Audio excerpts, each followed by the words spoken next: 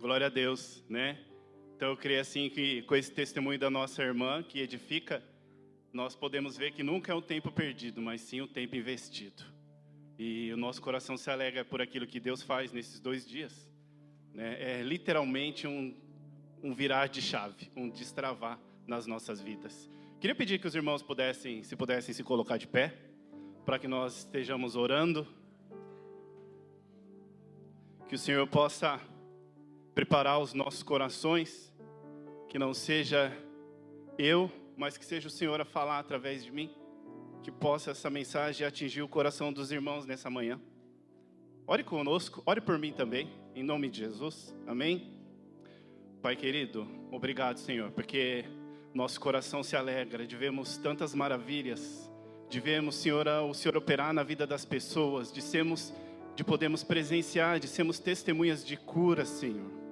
Pai, nós como filhos estamos aqui reunidos nesse domingo, nessa manhã, para que possamos ouvir a Tua voz.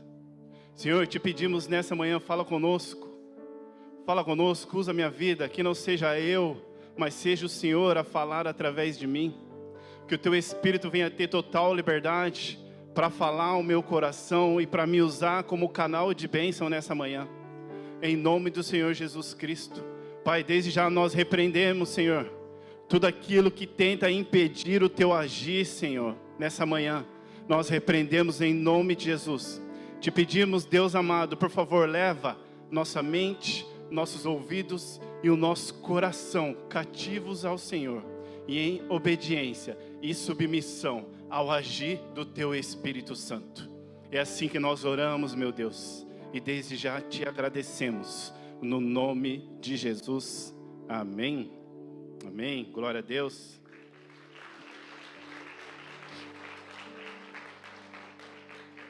Os irmãos podem se assentar.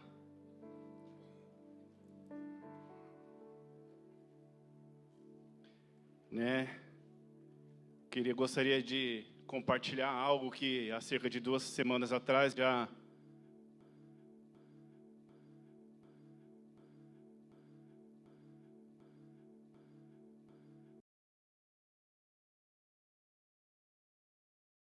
falar com você da mesma forma que tem falado comigo nesses últimos dias. E você que gosta de anotar, se você quiser dar um título, eu sempre gosto de colocar um título. O título seria: O que a verdade faz em nós? O que a verdade faz em nós? Amém?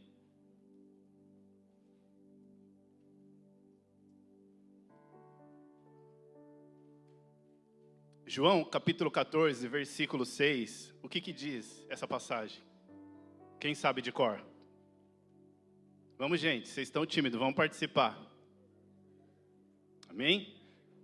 Jesus é o caminho, a verdade e a vida. E diz que ninguém vem ao Pai a não ser por Ele, por meio dEle ou através dEle. Amém? Glória a Deus. João 3,16 também, hoje nós vamos ler bastante, tá? O livro de João. João 3,16 também é um versículo muito conhecido, que é nele que nós esperamos, é nele que a nossa fé ali, o nosso coração se alegra, porque ali foi demonstrado para nós uma esperança, uma oportunidade de salvação. João 3,16 diz que Deus amou o mundo de tal maneira que entregou o seu Filho unigênito, para que todo aquele que nele crê não pereça, mas tenha a vida eterna. Amém? Glória a Deus. Então nós vemos aqui a expressão do amor de Deus através da figura de Jesus, que não é somente o nosso Senhor, mas também o nosso Salvador, né? E a palavra nos diz que hoje nós amamos Ele porque Ele nos amou primeiro. Ele nos amou mesmo não encontrando em nós nenhum atributo para que Ele viesse nos amar. Porque a palavra fala que todos pecaram, sendo assim, tanto eu quanto você, todos nós estávamos num lamaçal de pecados. Não é verdade? Não é verdade? Né? E nós sabemos também que a salvação, ela é através da graça, que um dos significados da graça é um favor imerecido. É algo que nós não merecíamos, mas Deus nos disponibilizou. É algo que não merecíamos. Além de ser também uma capacitação para cumprir com o propósito de Deus. Nós sabemos que a graça é quando Deus nos dá o que não merecemos, mas é a misericórdia quando Ele nos poupa do castigo que nós merecíamos. Então, nós nos beneficiamos tanto da graça quanto da misericórdia do Senhor. E isso alegra o meu coração, não sei o seu. Amém? Glória a Deus por isso. E o Senhor tem falado esses dias comigo acerca de uma passagem bastante conhecida, né? Creio que o pessoal da célula vai lembrar o que foi falado, mas que o Senhor possa falar ao coração de vocês de uma maneira diferente, que possa vir como algo novo da parte do Senhor. João, capítulo 4, do versículo 1 ao 30, esse nós vamos ler, só que eu vou tentar remir, já vou lendo aqui rapidinho, tá? E você pega aí, recebe aí no seu espírito, amém? Fala acerca da mulher de Samaria, né? E eu vou estar lendo aqui, tá? Diz assim: E quando o Senhor veio a saber que os fariseus tinham ouvido que Jesus fazia e batizava mais discípulos que João, entre parênteses, né? Ainda que Jesus mesmo não batizava, mas os seus discípulos, ele deixou a Judéia e foi outra vez para a Galiléia. E era-lhe necessário passar por Samaria. Foi, pois, a uma cidade de Samaria, chamada Sicar, junto da herdade que Jacó tinha dado a seu filho José. E estava ali a fonte de Jacó. Jesus, pois, cansado do caminho, aceitou-se assim junto da fonte. Era isso quase a hora sexta. Veio uma mulher de Samaria tirar água. Disse-lhe Jesus: Dá-me de beber, porque os seus discípulos tinham ido à cidade comprar comida. Disse-lhe, pois, a mulher samaritana: Como sendo tu judeu, me pedes de beber a mim, que sou mulher samaritana? Né? Porque os judeus, eles não tinham costume, eles não se comunicavam ali com os samaritanos. Versículo 10. Jesus respondeu e disse-lhe: Se tu conheceras o dom de Deus, e quem é o que te diz, dá-me de beber, tu lhe pedirias, e ele te daria água viva. Disse-lhe a mulher: Senhor, tu não tens com que atirar, e o poço é fundo. Onde, pois, tens a água viva? És tu maior que Jacó, o nosso pai, que nos deu o poço, bebendo ele próprio dele, e os seus filhos e o seu gado? Jesus respondeu e disse-lhe: Qualquer que beber dessa água, tornará a ter sede. Mas aquele que beber da água que eu lhe der, nunca terá sede, porque a água que eu lhe der se fará nele uma fonte de água a jorrar para a vida eterna.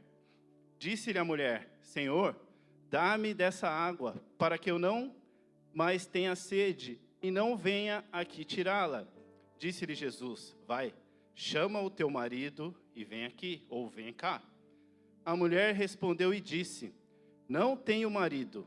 Disse-lhe Jesus: Disseste bem, não tenho marido, porque tiveste 5 maridos, e o que agora tens não é o teu marido. Isso disseste com verdade. Disse-lhe a mulher: Senhor, vejo que és profeta. Nossos pais adoraram neste monte, e vós dizeis que é em Jerusalém o lugar onde se deve adorar? Disse-lhe Jesus: Mulher, crê-me que a hora vem em que nem neste monte, nem em Jerusalém adorareis o Pai. Vós adorais o que não sabeis, nós adoramos o que sabemos, porque a salvação vem dos judeus. Mas a hora vem, e agora é, em que os verdadeiros adoradores adorarão o Pai, em espírito e em verdade. Porque o Pai procura a tais que assim o adorem. Deus é espírito, e importa que os que o adorem em espírito e em verdade. A mulher disse-lhe: Eu sei que o Messias, que se chama o Cristo, vem, e quando ele vier, nos anunciará tudo. Jesus disse-lhe: Eu o sou, eu que falo contigo. E nisso vieram seus discípulos e maravilharam-se de que estivesse falando com uma mulher. Todavia, nenhum lhe disse: Que perguntas? Ou por que falas com ela? Deixou, pois, a mulher seu cântaro e foi à cidade e disse àqueles homens: Vinde e vede um homem que me disse tudo quanto tenho feito. porventura, não é este o Cristo? Saíram, pois, da cidade e foram ter com ele. Amém? Até aqui.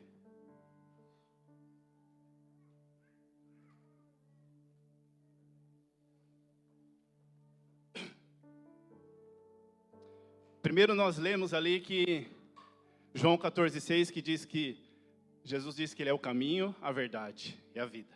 Tudo bem? João 3,16, nós podemos ver ali a afirmação, a expressão do amor de Deus através do sacrifício de Jesus, o amor demonstrado por nós, entregando o seu Filho para ser sacrificado por amor de cada um de nós. Até aqui tudo bem também, né?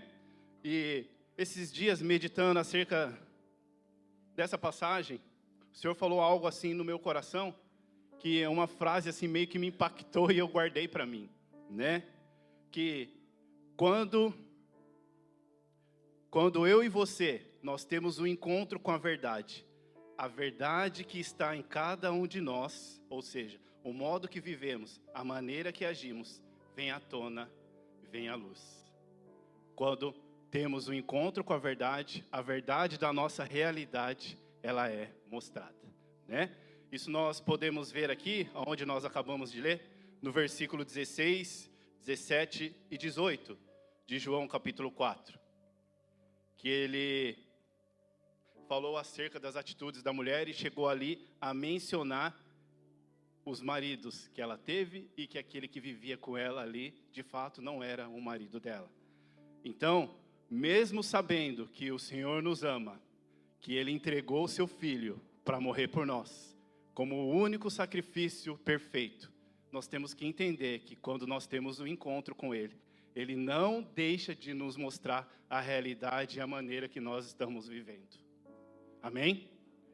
Por mais que o Senhor nos ame, Ele veio sim para nos resgatar, mas Ele vai mostrar para nós algo que por amor dEle precisa ser corrigido, precisa ser mudado, precisa ser transformado. Amém? Né? É preciso ter, eu estava meditando acerca da palavra conversão.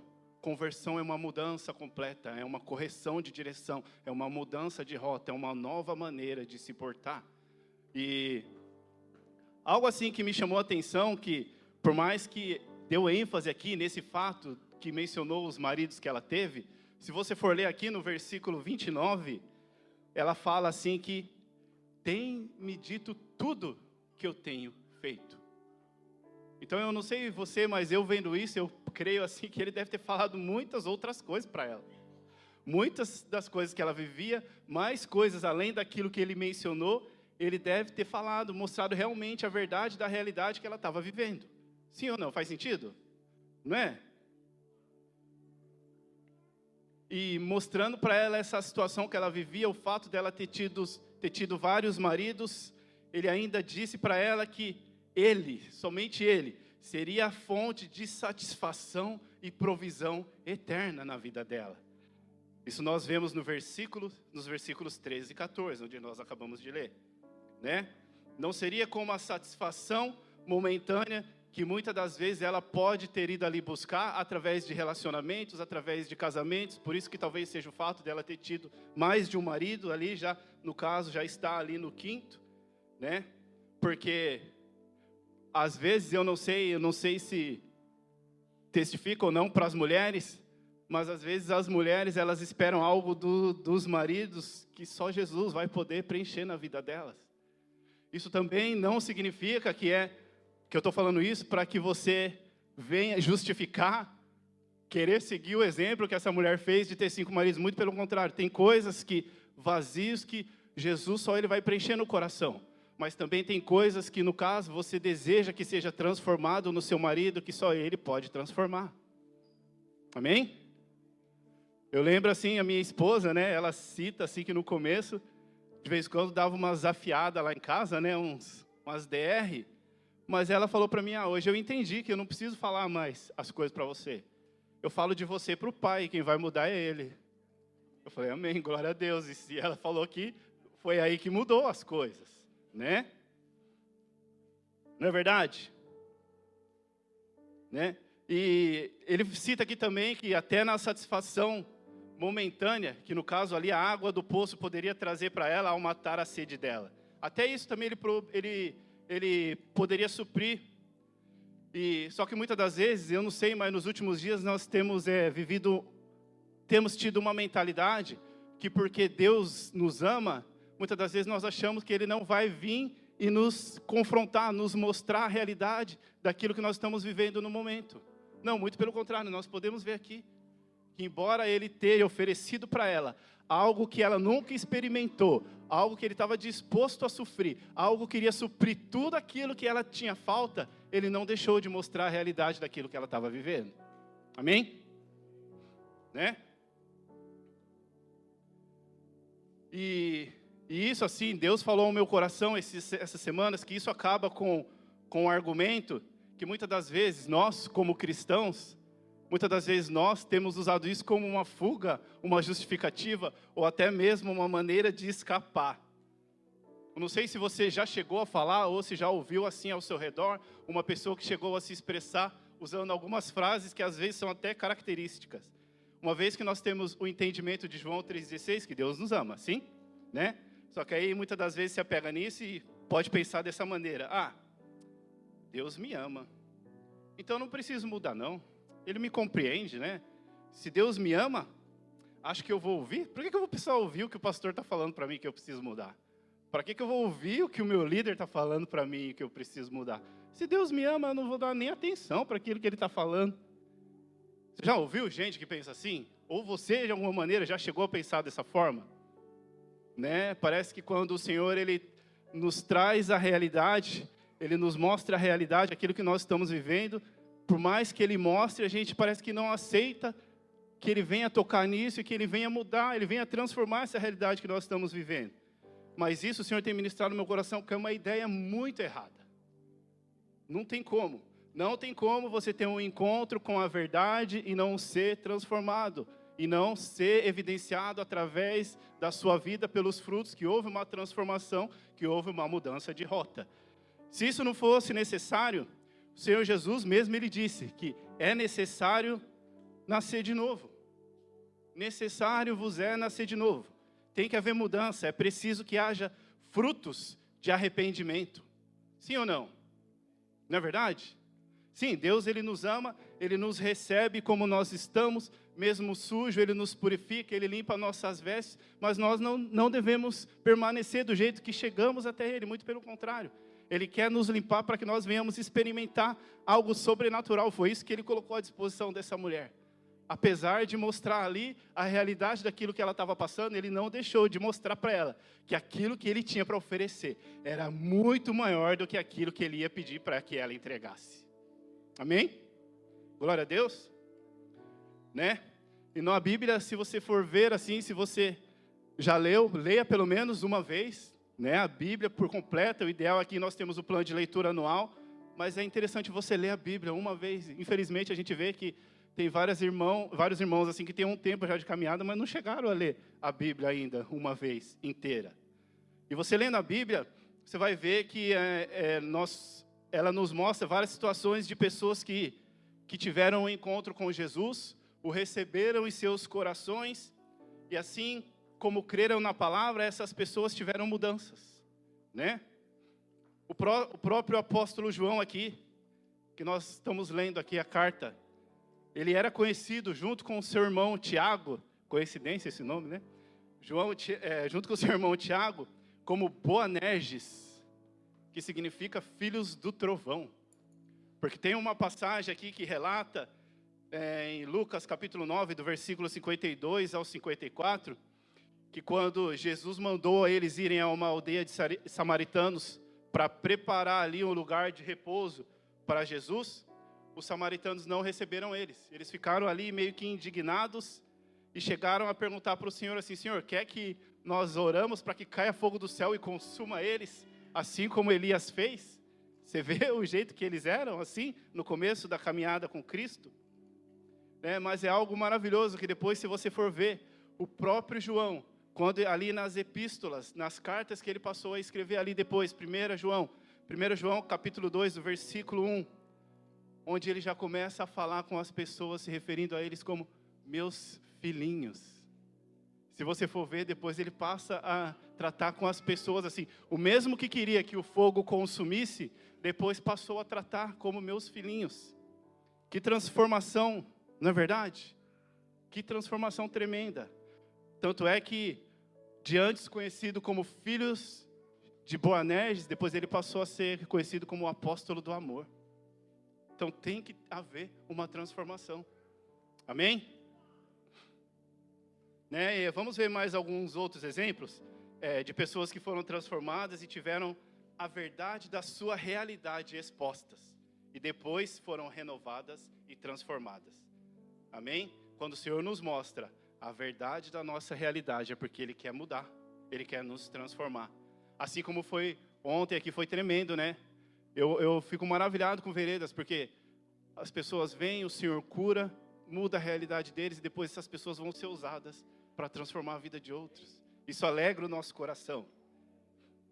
Atos capítulo 9, do versículo 1 em diante.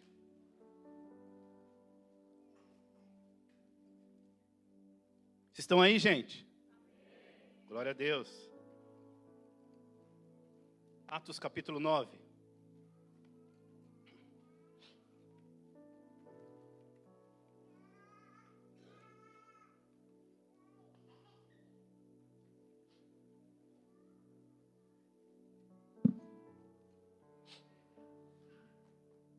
Atos capítulo 9, do versículo 1 em diante. É uma história também muito tremenda, que fala acerca da transformação, do encontro de Paulo com o Senhor Jesus, e mostra o que isso impactou na vida dele. Vamos ler? Vou estar lendo, tá? Então você acompanha aí na sua Bíblia, por favor. Atos capítulo 9, do versículo 1 em diante, diz assim: E Saulo, respirando ainda ameaças e mortes contra os discípulos do Senhor, dirigiu-se ao sumo sacerdote e pediu-lhe cartas para Damasco, para as sinagogas, a fim de que se encontrasse alguns daquela seita, eles chamavam os discípulos de Jesus de seita, daquela seita, quer homens, quer mulheres, os conduzisse presos a Jerusalém. E indo no caminho, aconteceu que, chegando perto de Damasco, subitamente o cercou um resplendor de luz do céu. E caindo em terra, ouviu uma voz que lhe dizia: Saulo, Saulo, por que me persegues? E ele disse: Quem és, Senhor? E disse o Senhor: Eu sou Jesus, a quem tu persegues. Duro é para ti recalcitrar contra os aguilhões. E ele, tremendo e atônito, disse: Senhor, que queres que faça? E disse-lhe o Senhor: Levanta-te e entra na cidade, e lá te será dito o que te convém fazer. E os varões que iam com ele pararam espantados, ouvindo a voz, mas não vendo ninguém. E Saulo levantou-se da terra e, abrindo os olhos, não via a ninguém. E guiando-o pela mão, o conduziram a Damasco. E esteve 3 dias sem ver, e não comeu nem bebeu. E havia em Damasco um certo discípulo chamado Ananias. E disse-lhe o Senhor em visão: Ananias? E ele respondeu: Eis-me aqui, Senhor. E disse-lhe o Senhor: Levanta-te e vai à rua chamada direita, e pergunta em casa de Judas por um homem de Tarso, chamado Saulo, pois eis que ele está orando. E numa visão ele viu que entrava um homem chamado Ananias, e punha sobre ele a mão, para que tornasse a ver. E respondeu Ananias: Senhor, de muitos ouvi acerca deste homem, quantos males tem feito aos teus santos em Jerusalém. E aqui tem poder dos principais dos sacerdotes para prender a todos os que invocam o teu nome. Disse-lhe, porém, o Senhor: Vai, porque este é para mim um vaso escolhido, para levar o meu nome diante dos gentios e dos reis e dos filhos de Israel. E eu lhe mostrarei quanto deve padecer pelo meu nome. E Ananias foi e entrou na casa, e impondo-lhe as mãos, disse: Irmão Saulo, o Senhor Jesus, que te apareceu no caminho por onde vinhas, me enviou para que tornes a ver e sejam cheios do Espírito Santo. E logo lhe caíram dos olhos como que umas escamas, e recuperou a vista, e levantando-se foi batizado. Versículo 19, o título é: o perseguidor torna-se perseguido. E tendo comido, ficou confortado, e esteve Saulo alguns dias com os discípulos que estavam em Damasco. E logo nas sinagogas pregava Jesus, que este era o Filho de Deus. Todos os que o ouviam estavam atônitos e diziam: não é este o que em Jerusalém perseguia os que invocavam este nome, e para isso veio aqui, para os levar presos aos principais dos sacerdotes? Saulo, porém, se esforçava muito mais e confundia os judeus que habitavam em Damasco, provando que aquele era o Cristo. E tendo passado muitos dias, os judeus tomaram conselho entre si para o matar. Amém? Até aqui. Então eu faço questão de ler para a gente entender o contexto e poder ver aquilo que Deus fez na vida de Paulo, né? Aqui fala que Paulo ele teve um encontro com Jesus. E a partir desse momento que ele teve um encontro com Jesus, que nós sabemos que Jesus é o caminho e a verdade. A partir desse momento, e a vida também, que ele teve esse encontro, a verdade da realidade que Paulo estava vivendo foi mostrada, né? E depois disso, ela não foi somente mostrada, mas foi transformada pelo Senhor. Nós podemos ver que Paulo, de perseguidor, ele passou a ser perseguido, né? Ele teve sua visão, e algo que o Espírito Santo ministrou no meu coração ontem, ele teve sua visão cegada, para não ver mais como via antes, para não ver mais como ele via antes, amém? Mas ele teve a visão restituída por Jesus, através das mãos de um daqueles a quem ele perseguia, amém? E algo que o Senhor impactou, falou comigo assim, que eu falei, uau, que sugoi, que não somente Paulo teve ali a maneira dele de ver transformada, mas o próprio Ananias, que ali se opunha a fazer a vontade do Senhor. Então o Senhor também mostrou algo para ele que não era a realidade que o Senhor gostaria que ele vivesse, e ali mostrou que ele deveria fazer da maneira que o Senhor quisesse, ou que a visão do Senhor os guiasse a partir daquele momento, né? Tanto é que aquilo que ele pensava, Jesus mesmo falou, ó, pode acontecer, e até hoje você ouviu falar disso, mas vai lá, porque esse é um vaso escolhido para mim. Então vai, faça aquilo que eu vou te dizer. E Ananias também teve que ter sua maneira de viver e pensar ali transformada, para obedecer ao Senhor. E é interessante ali que não somente frisa que ele de perseguidor, ele passou a ser perseguido, ele passou a ser servo, e aquele que muitas das vezes buscava aprender e matar, né? A Bíblia também relata que ele foi testemunha ali do apedrejamento de Estevão e nada fez. Ele também foi um que ia sofrer tudo isso por amor a Cristo. Aquele que de perseguidor passou a ser servo. Aquele que que no começo odiava, passou a amar o Senhor e fazer tudo por amor a Ele. Tanto é que foi o próprio que escreveu 1 Coríntios capítulo 13, que fala acerca do amor. Amém? Estão entendendo? Não tem como ter um encontro com Ele e a nossa realidade ser mostrada, e se nós permitirmos não ser transformados por Ele, não tem como. Não tem como. Filipenses capítulo 3, olha que sugoi. Filipenses capítulo 3, do versículo 1 ao 8. Eu não vou ler, sim, para remir. Se bem que a gente ainda tem um tempinho de ler. Pode colocar aqui. Filipenses capítulo 3, do versículo 1 ao 8. Vou estar lendo. Diz assim: Resta, irmãos meus, que vos regozijeis no Senhor. Não me aborreço de escrever-vos as mesmas coisas. E é segurança para vós. Guardai-vos dos cães, guardai-vos dos maus obreiros, guardai-vos da circuncisão. Porque a circuncisão somos nós, que servimos a Deus no Espírito, e nos gloriamos em Jesus Cristo, e não confiamos na carne. Ainda que também podia confiar na carne, se algum outro cuida que pode confiar na carne, ainda mais eu, circuncidado ao 8º dia, da linhagem de Israel, da tribo de Benjamim, hebreu de hebreus, segundo a lei fui fariseu, Segundo o zelo, perseguidor da igreja. Segundo a justiça que há na lei, irrepreensível. Mas o que para mim era ganho, reputei-o perda por Cristo.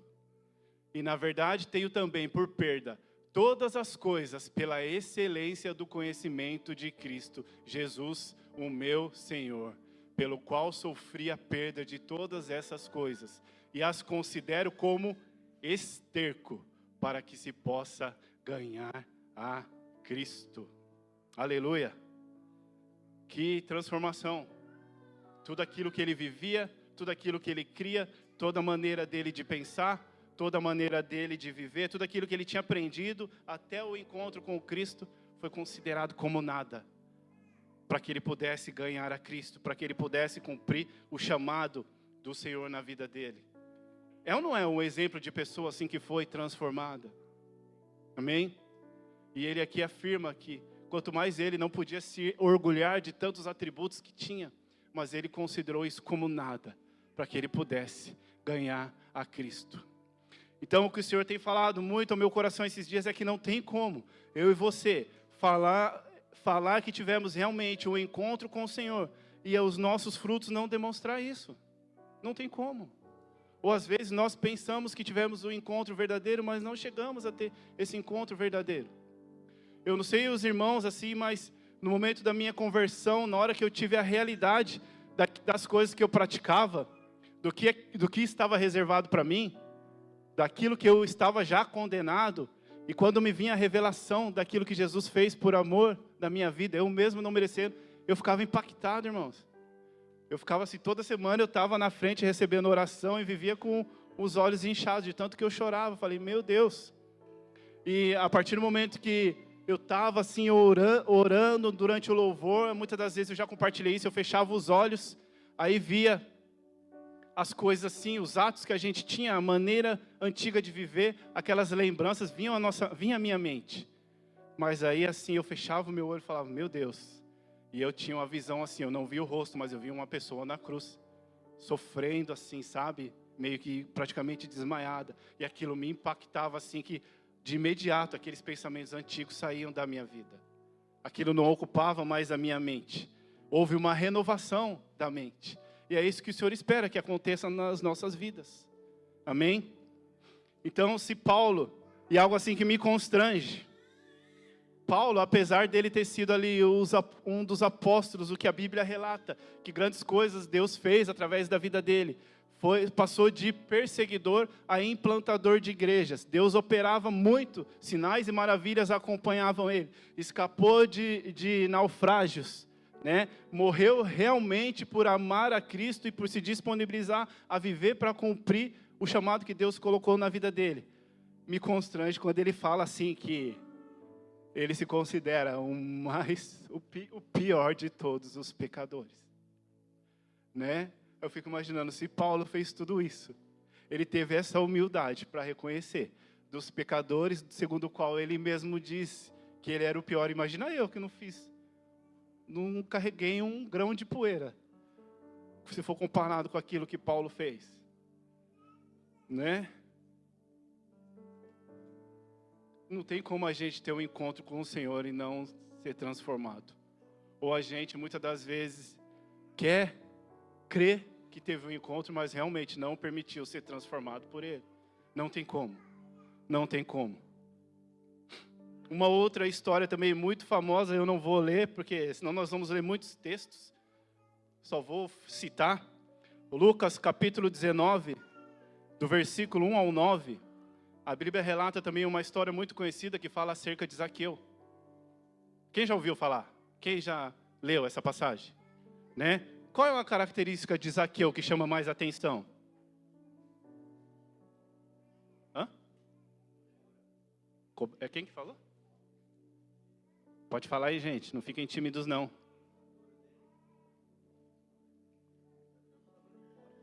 Amém? Isso que o que me chama mais atenção, eu diria que ele era um cobrador de impostos, se referiam a ele como publicano. E ele tinha uma fama ali de muitas das vezes extorquir da pessoa, ou seja, cobrar algo, né, além daquilo que seria o justo, daquilo que seria o correto, daquilo que a lei manda. E é interessante ali que se você for ver toda a história, a Bíblia conta que ele era uma pessoa de baixa estatura, ao contrário de mim. Eu não teria dificuldade, né, no caso, se Jesus estivesse passando para ver. Mas ele precisou subir na árvore e fala assim que depois ele se constrangeu com a presença da verdade. A realidade daquilo que ele estava vivendo veio à luz, sendo que ele mesmo chegou ao ponto de falar para o Senhor que se eu tenho defraudado alguém, eu restituirei 4 vezes. Que transformação é essa? Só dele ter um encontro, eu fico imaginando os pescadores, quando o Senhor ali chamou eles ali, pessoas sem instrução, pessoas de vida simples, o que eles não devem ter presenciado? Que maravilhoso, né? E às vezes eu falei, Senhor, deixa eu ver como que foi essa movimentação, queria presenciar isso. Mas o que eu quero dizer para os irmãos assim, que não tem como não mostrar a transformação se não tiver frutos. Tem que acompanhar os frutos, né? Se você quiser anotar também, uma frase que eu gosto assim de frases que me fazem lembrar daquilo que o Senhor está falando comigo. Depois de ser convencido, é necessário que haja o arrependimento. Né? O Senhor não espera que nós venhamos se arrepender para Ele nos perdoar primeiro, não. Ele primeiro oferece o perdão disponível a cada um de nós. Porque fala que nós o amamos porque Ele nos amou primeiro. Então não foi por aquilo que a gente já tinha feito, foi porque Ele decidiu nos amar. Amém? Mas depois que eu e você somos convencidos pelo Espírito, é necessário que haja o arrependimento, que é comprovado por uma mudança radical de atitude ou maneira de viver. É isso que fala em Romanos capítulo 12, versículo 2. É isso que nós podemos aqui ver e comprovar na vida dessas pessoas que foram citadas até aqui, nesse momento. Amém? Tem um exemplo também do ladrão ali, dos 2 malfeitores que foram crucificados, um à direita, outro à esquerda de Jesus, né? Fala que um ali blasfemava, questionava, dizendo para Jesus, se tu és Deus mesmo, salva-te a ti mesmo e salva a nós. O outro não, ele já teve ali a verdade do lado dele, ele reconheceu quem estava ali do lado dele. Ele mesmo fala, nós ainda somos punidos por aquilo que nós fizemos, mas e esse homem que não fez nada de errado? Né? E aí ele repreendeu o que estava blasfemando, reconheceu quem estava ali do lado dele, e ainda pediu para Jesus, falou assim, Senhor, como que eu faço para entrar no teu reino? Você vê ali que já houve o confronto, ali a verdade da realidade dele foi mostrada, já houve o arrependimento e ele já se submeteu ao Senhor ali naquele momento. Você vê que sempre tem que haver uma mudança de atitude, uma renovação da mente, uma maneira diferente de viver. Quando a verdade nos confronta, é necessário que haja uma mudança em cada um de nós. Amém? E o que também me chama a atenção é que teve pessoas também que tiveram um encontro com a verdade, mas essas aí não se sujeitaram, não se permitiram serem transformadas pela verdade. Não conseguiram caminhar com o Senhor depois da verdade da verdade deles ali ser exposta. Nós já vimos que mais uma vez, João 14,6, que Jesus é o caminho, a verdade e a vida. Há um caminho para caminhar com a verdade que nos levará até a vida eterna. Mateus, capítulo 19, do versículo 16 ao 22, não vou estar lendo, mas só vou resumir. Fala acerca de um jovem ali que era considerado jovem rico, que tinha muitas propriedades. E é interessante que ele ouvindo ali o sermão do Senhor, ele chegou a perguntar para Jesus, bom mestre, o que eu devo fazer para ganhar a vida eterna? Aí Jesus ali citou o Velho Testamento, os mandamentos, o coração dele se alegrou e falou, mas isso aí tudo eu tenho feito. Aí Jesus assim olhou para ele e eu fico assim maravilhado, porque Jesus ele falou as seguintes palavras, falta uma coisa para você ser perfeito. Vá, vende tudo que tem, dê aos pobres, e aí você achará um tesouro nos céus, né? E quem sabe o que aconteceu depois?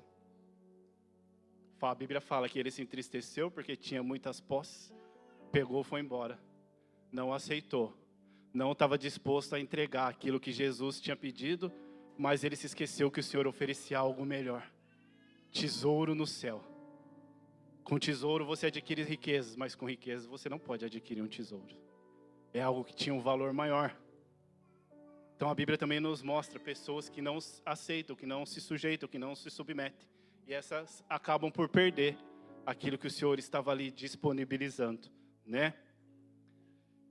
Sempre, não que nós devemos fazer algo por interesse, não. Temos que fazer porque nós amamos Ele. Mas quando Ele pede algo de nós, Ele sempre vai disponibilizar algo maior também do que aquilo que Ele está pedindo. Amém? Até aqui tudo bem? Né? Eu e você, nós não fomos perdoados porque nós nos arrependemos. Mas nós temos que nos arrepender porque nós fomos perdoados. Porque recebemos o perdão mesmo sem merecer.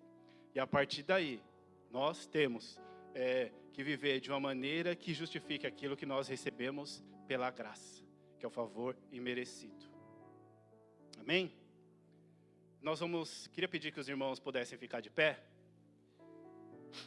Nós vamos tirar um tempo aqui para orar. E depois nós vamos também, hoje é o dia de cercar a mesa do Senhor. E que você possa permitir que o Espírito Santo sonde o seu coração. Que o Senhor possa mostrar a cada um de nós hoje qual é a verdade da nossa realidade nesse dia.